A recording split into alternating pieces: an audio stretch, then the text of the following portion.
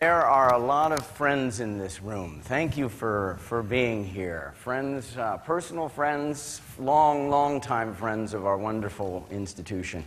Thank you for being here today. We would never have told people that there is no longer room at the event today, but the fire marshal was coming down on us. We had over 550 people, as you heard, sign up for this wonderful event today. I couldn't be more excited about where we are as a school and where we're going and the opportunities that we face. If you've had a chance to look at the strategic plan, it's up on our website. I just thought I would flesh out. I have about 15 minutes to give you some sense for what we're up to. But what we're up to is an enormous opportunity for us. It is an enormous opportunity for us to break free and clear of any business school.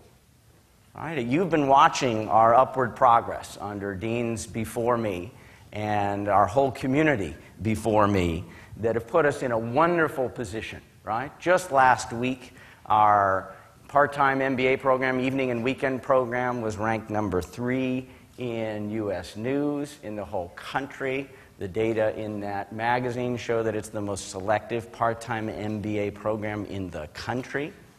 A month before that, U.S. News put our undergraduate, our wonderful undergraduate program, at number 2 in the country. The Economist very recently ranked our full-time MBA program number 1 in the country. That was in October. Our MFE program ranked number 1 in the country. Our PhD program, I don't think you understand how difficult it is to get into our PhD program. I was looking at the data before I came in because I just had to check it, right? 5% of the people who apply to our PhD program get in. People are applying to our PhD program with, you'd look at that profile, I mean, it is 99.99 percentile stuff in almost every case because people just don't send an application. They know how tough it is. And we're telling these people, you just don't quite have it, right? So look, the vector is up. It's up because we have all been working at it for a long time. The power of our alumni network is just squaring itself every 5 years. Let me talk about now how we go from being 1, 2, 3, or 4 to being all alone. We have an enormous opportunity. We have an opportunity to deliver leaders of a new kind. To deliver leaders of a new kind that are exactly what our societies, our world is going to need over the next 10 years. We can never forget that the people that are coming through our programs, many of them will retire after the year 2050. We have no idea what they're going to be doing in 2050. But we have to do everything we can to equip them with the strength of mind, with the purpose, with a sense for what they want to do and where their meaning comes from. And we need to deliver that, and we need to do it right now. So we wrote down a strategic plan that went after those things. This new kind of leader that we are going to deliver, and I promise you, we will execute. We will deliver it. It's not just words on a page. One of the first things we did in our strategic plan is we spent 1.5 years asking, look, we're going to write down a strategic plan. Every strategic plan has a set of values in it, right? Let's not just write down a set of 5 values and move on to the next section of the strategic plan. Because this place has been about its culture forever. Forever we have been distinguished by the norms and values that are Berkeley and that are the Haas School. Let's codify them. Let's strip them down to their essence so that we can rally around them, so that we can speak the same narrative, so that we can make our message even clearer. And this articulation of our culture, where our meaning comes from, becomes a foundation for this new type of leader. You've all seen these things before. We came up with 4 defining principles. This is hundreds and hundreds of interviews, discussions with recruiters, students, alums, faculty, staff, everybody was involved. This was not my product. It was the product of an immense number of people working on this. What were the 4? I'm just going to whip through them very, very quickly. The 4 that we wrote down, you've heard them before. Question the status quo. If that isn't Berkeley, I don't know what is, okay? Number 2, confidence without attitude. It starts with confidence. We want the strivers. We want the big aspiration people, but it doesn't have to come with attitude. And so many recruiters are telling us it's exactly why I hire at Haas. This is an enormous career advantage going forward. And Berkeley has always delivered on it, and we're going to deliver on it even more. Number 3, students always.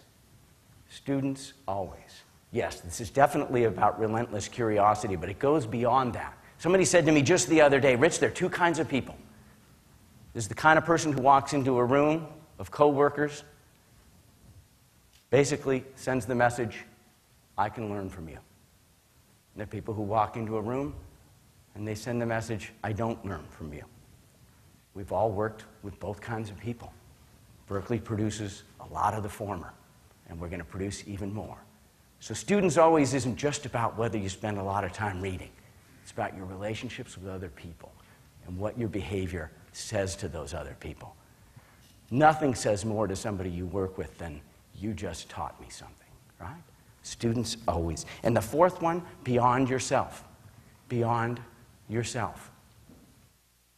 Increasingly, we have to look toward the long term. We have to behave ethically. And we have to often put interests larger than our own first. And we're seeing that in domain after domain of our lives.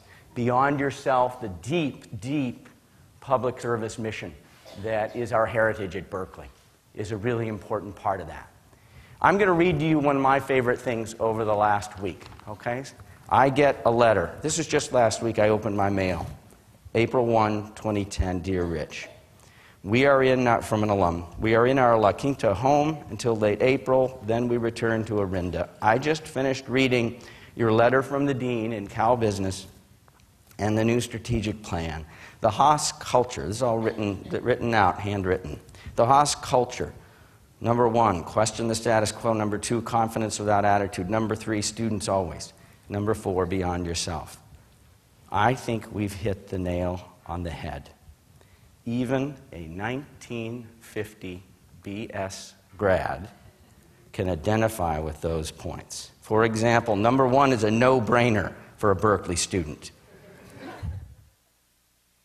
Number 2 is the most important in my view, and we had that too. Graduated 60 years ago. Thanks to you, our professors and our staff, our Haas grads have a certain style. Confidence without attitude. Go Bears. Paul, I won't tell you his last name, 1950 Bachelor of Science. Look, we codified what's been here for a long time. We didn't come up with stuff that we thought the market would like. We came up with stuff that has deep meaning for us. It's why a lot of us chose to come here. We had lots of other opportunities. So that becomes a foundation. This distinctive culture is a foundation for the kind of leader that we will produce. Let me say a few more words about the leader that we will produce and the fundamental changes we're making in our core curriculum, in our experiential learning curriculum, in our elective curriculum, in every business process that we have.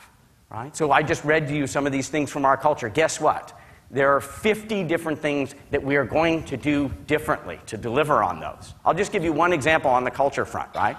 Look, strategy is really about execution. It's not about a 10-page PowerPoint document on the website. So one of the things that we did this year, you know how many letters of recommendation we get for our MBA programs per year? 20,000, roughly. 20,000, and these are important people, right? Many of you are obviously among those letter writers. There was a new question on the list of questions that we asked the letter writers this year. And it was more or less this. In the leaders we develop here at Berkeley Haas, we value very highly confidence without attitude. Does this person exhibit it? Give us some concrete examples. 20,000 people read that. 20,000 people read that on the same day they were writing a recommendation for school X, Y, and Z for that same person. 20,000 people said, I didn't see that on the other schools' lists. Berkeley's doing something different. And we also got some information back that's helpful for leaning into these traits, right? These ways of being. And that's one of 50 examples of how we are going to encode this in every business process we have. I promise you that. So now this leader. Let me talk about this new kind of leader. What are we up to here? It's sounding kind of undefined. It's very well defined. Let me motivate it this way. When I look at my kids, I've got a 10-year-old and a 7-year-old. I think a lot of wonderful things, but there are things that come to mind that I think are different than what came to mind for my mother and my father when they looked at me, and that's just one generation away. One of the things that I think is defining of our era is that some of the biggest opportunities that we face are also profound unsustainabilities. And I'm not just talking about environmental. Let me take healthcare as an example. This is not a political statement. It's a statement of fact. When I got out of graduate school, healthcare expenditure in this country was about 14% of GDP. Today it's around 17% of GDP. Congressional Budget Office is projecting that it will be 25% of GDP 20 years from now, 2030. And the CBO data that I was looking at just yesterday suggests that it will be very close to 50% of GDP in 2080. And you say, 2080? My kids are going to be alive in 2080. I'm thinking about their lifetime. That's not that far away. If you think about energy use, if you think about net external indebtedness, if you think about the obvious ones, carbon, if you think about safe water, if you think about bottom of the pyramid, if you think about so many areas, there are a lot of people that are looking at these things and they're realizing in our kids' lifetimes, a straight line extrapolation will hit a wall. The nice thing is that we will bend those paths. We will bend those paths, and you know what we need? We need path-bending leaders. We need path-bending leaders, and that's what we're going to produce here. We're going to produce a set of path-bending leaders. How are they going to be defined? We have looked at a set of roughly 15 capabilities. Let me call them core capabilities, just to use the jargon. What are the core capabilities of these path-bending, innovative leaders? And how are we going to deliver them? By transforming our core curriculum, by transforming the experiences that they have here, by really putting down a culture that's even more of what it's always been, that reinforces this tremendously. What are some of these core? Let's get concrete, shall we? Tell me about the new core curriculum. Tell me about the capabilities. I'll just riff on 5 of these 15 and then give you some examples about these 5. Here's one: experimentation. Experimentation. We had a wonderful panel here that was Google recently, and they were talking about innovating at scale. And a lot of firms are doing more of this. But to a first approximation in one sentence, what they were talking about is when the cost of experimentation, new products and services, goes to something close to zero, what does your business look like? That's a fascinating way to think about where new products and services come from. If we think about, as a second one, so experimentation, big idea, capability, we can deliver it. Number 2, customer ethnography. Right? What does deep, in their shoes understanding of customers look like, and what is the discipline? What's the method? How do you do it? It's part marketing, but it's a lot more than just that. Here's a third one: flexible thinking. Oh, what's that, Rich? Flexible thinking. It is what psychologists call metacognition, or thinking about thinking. It is being able to flex your thinking style between systems thinking, design thinking, lateral thinking, critical thinking, etc. We've always taught that you need to flex your leadership style from one style to another, depending upon the situation. Increasingly, we know how to deliver on this flexible thinking style. Here's a fourth one: creative teams. How do we think about social cognition? How do we think about the ideas that come out of groups? How do we think about the design of those groups and those teams? How do we do that? Look, I could go on and on. Let me give you a concrete example, and then I'm going to turn it over to our wonderful next speaker. Let me just take one of those 15. It's one that I've already talked about: experimentation. So Mike Katz and I, Mike Katz is a Ladder faculty member, expert in innovation, runs our Institute for Business Innovation. He and I have been reviewing, and others, have been reviewing every single syllabus in our core curriculum. Let's think about those 15 capabilities. Let's get them down to a level where they're concrete, where they're deliverable, where they're measurable. Let's not talk up here. And let's use that lens to review every single core course we have. We are reviewing every core course, and then we are instructor by instructor having conversations with every faculty member. When we do the projection of this path-bending innovative leader on your course, here's what we get. We've reviewed your syllabus. Faculty members love to engage at that level. Okay, let's talk about how we bring that out even more. Every class experience will be different. I'll give you one example here. Let's use a hard one. The core capability is experimentation, and the course is data and decisions, aka statistics. If you look at the statistics course, it's great. It has sampling theory. When do you have a good sample? When does it have bias? When is it censored and you don't even intend it to be? How do you do hypothesis testing? What's a regression, etc.? Great stuff, right? But guess where that course starts? Here's a data set. There's a decision. When do we ask the students, what data would you like to see to make that decision? And what experiment are you going to design to generate the data that you want? And how are you going to instrument that experiment so that you learn maximally to make that decision? That is putting a different front end on a course we've always had, but it will totally change the way the students experience it. And it will be directly linked to experimentation. And you know what one of my colleagues said 2 days ago? This was Ernesto Dalbo. I told him this, and he said, "This is a Copernican revolution."